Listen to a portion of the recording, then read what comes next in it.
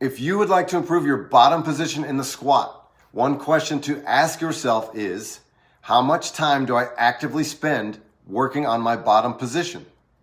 If the answer to that question is 0, then I have one simple exercise for you that will allow you to spend more time in the bottom position, and it's something you can do as part of your warm-ups and also as part of your working sets. Today, we are talking about pause squats. What are pause squats? Simply put, when you come to a dead stop and pause in the bottom position of a squat, that is a pause squat. Pause squats can be done with any squat variation, including back squats, front squats, and overhead squats. The benefits of pause squats include improved squat technique, an improved bottom position, improved strength in that bottom position, improved mobility, and a relatively safe way to squat while still getting a lot of work done with lighter weight. I would say to you, the American people, that there is no downside to pause squats. The recommended pause in the bottom position is at least 2 seconds. This amount of time ensures that you have come to a dead stop and you are not trying to use the stretch shortening cycle to bounce out of the hole.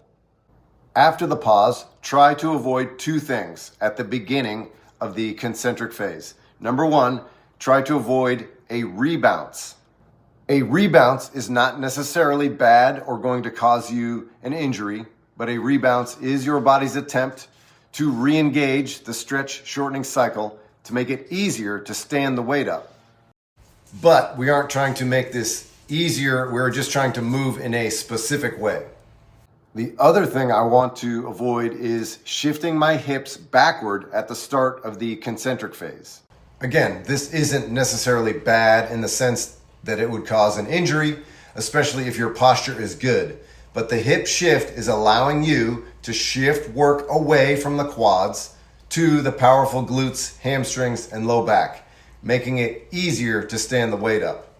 But again, we don't want it to be easier. The goal is proper positions and movement. And to really spice up your pause squats, add some tempo to the eccentric part of each rep. 5 seconds is a good place to start. This will force you even more so to focus on positions and control. In the end, if we can't hit good positions and fully control the weight with pause squats, we definitely won't be able to do it with a faster tempo and heavier weights. And if we can't hit good positions with heavier weights, we are more likely to get injured, and we are just not maximizing our potential in the squat.